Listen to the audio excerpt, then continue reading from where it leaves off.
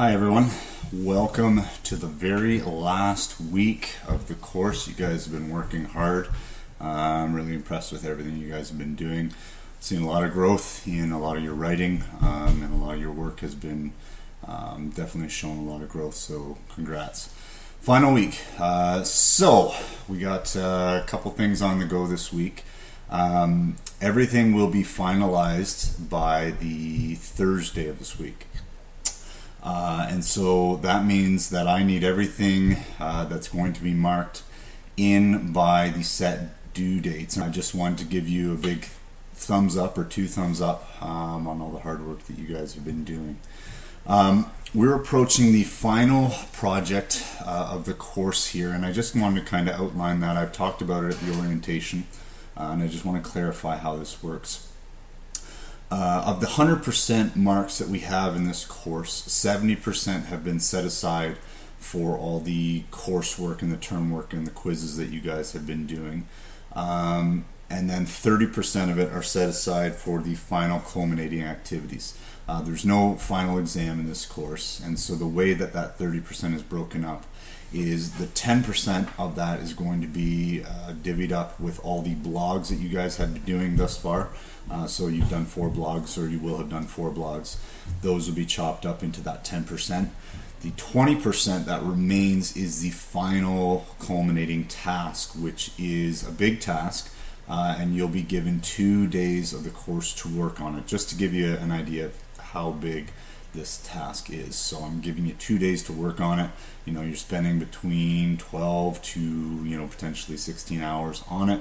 So just make sure that you are aware of how big this task is, 20% of your mark. Okay, so I'm going to click to screen view now, but I just wanted to say, yeah, good job. Keep up the hard work. You're almost there. Pretty soon you'll be able to enjoy the rest of your summer holidays. I know I'm looking forward to enjoying mine as well. So I'm going to switch to screen view here.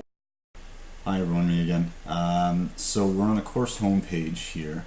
What you guys will be seeing in a couple of days is the news feed or the announcement that announces the final project. So it will look like this, day 17. So you're almost there. You now have a day and a half to complete the course culminating. Good luck.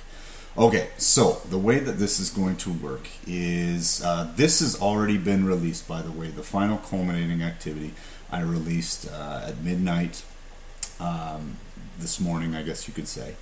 So you have access to this. You can't see this news item yet, but if you go into the course homepage and you click on content, and you scroll down here on the left, yours should look something like this. You're going to click on Unit 6, Course Culminating, Unit 1 or Activity 1, and then you'll be able to go to the actual activity. Okay, so I just wanted to show you that that is available. You may start working at that if you feel the need to chip away at that. So you'll see that the due date for this is going to be tomorrow, or I should say Thursday. It's not tomorrow yet. Thursday at 3 p.m. All the other ones have been at 11:59 p.m. This one is at 3 p.m. Okay, do not push that due date. I have to have my marks in first thing in the morning, so I'm going to get all my marking done, all my report cards done by Thursday evening. So do not push that deadline.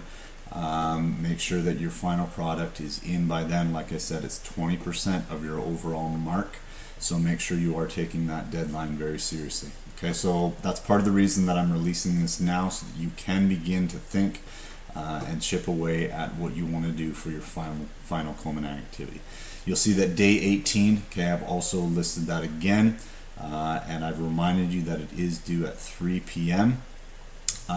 So please make sure that it is in by then. Don't email me at 4 p.m. saying I need an extension.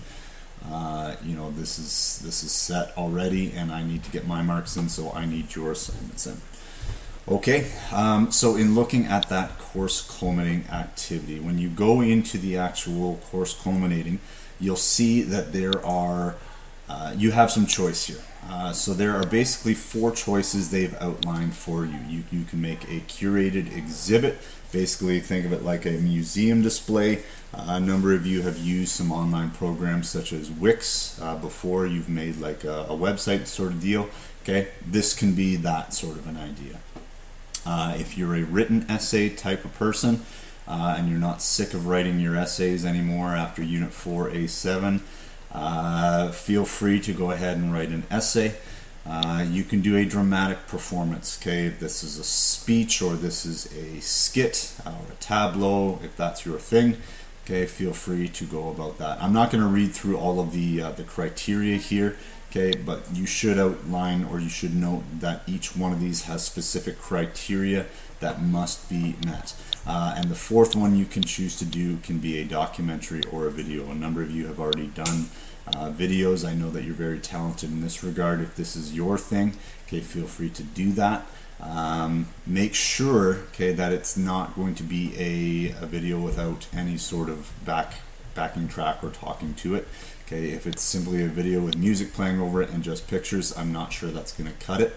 Okay, this should be narrated. This should be, should meet all the criteria, and make sure that you are going through and reading all the criteria. As far as what the final product will be about, we have been focusing on 3 big questions throughout all the blogs this year.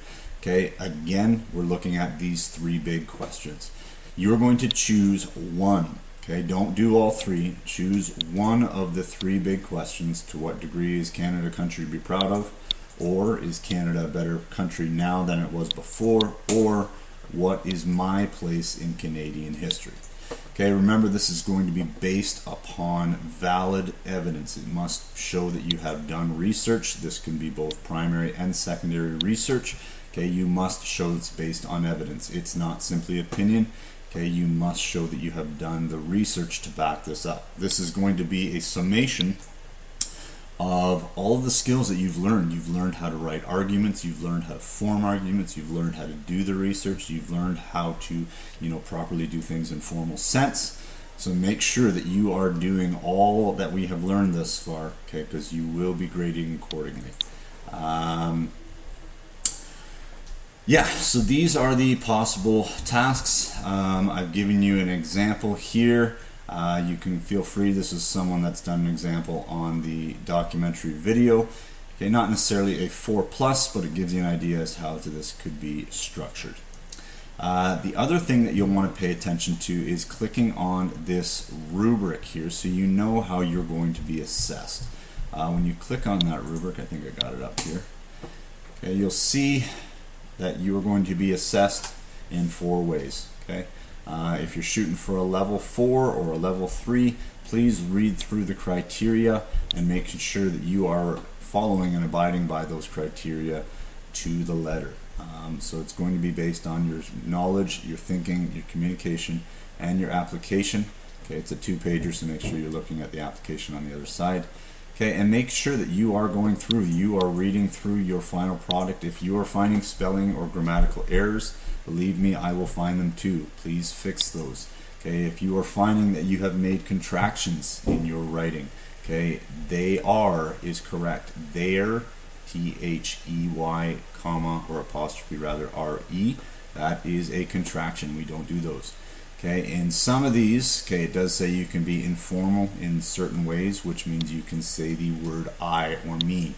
Okay, if you're writing a formal essay, however, you know you cannot do that. So please pay attention to that sort of thing. Okay, check for your spelling, grammatical, like I said here, and your mechanics, make sure it makes sense. Okay, historical evidence. Are you doing your research? Are you basing your research on valid sources? If you're using things like Wikipedia or a simple Google search, that's not going to cut it. Remember, I've shown you guys how to use the VLLC, okay, the virtual library. Make sure you are using those resources. Those are great resources. If you have no idea what I'm talking about, please email me, okay, and I will resend that to you. You should have seen that though when we looked at Unit 4A7 as well as Unit 4A2. Make sure that you're formatting your references sheet according to APA format. Remember, if you're doing APA, that means in your actual work you need to do in-text citations. okay, which we've talked about already. You need to put basically a bracket after the source that you've used, okay, and put the first name of the author as well as the year that was published. So go through the rubric, okay, have a look at that, make sure you're comfortable with what is going to be assessed. I would, if you want to get a head start, you can feel free to go ahead and get a head start on your actual assignment. Pick one, okay, make sure you've picked a question and start doing your research. You guys should be comfortable with how you do this research. You've done a whole bunch of blogs thus far, so this will just be basically a bigger project in that regard, okay? If you have any questions, please feel free to email me. I will be logging in during my regular login times, and I will get back to you as soon as I can. Okay, it has been a pleasure, guys. I'm looking forward to seeing these final projects, and good luck.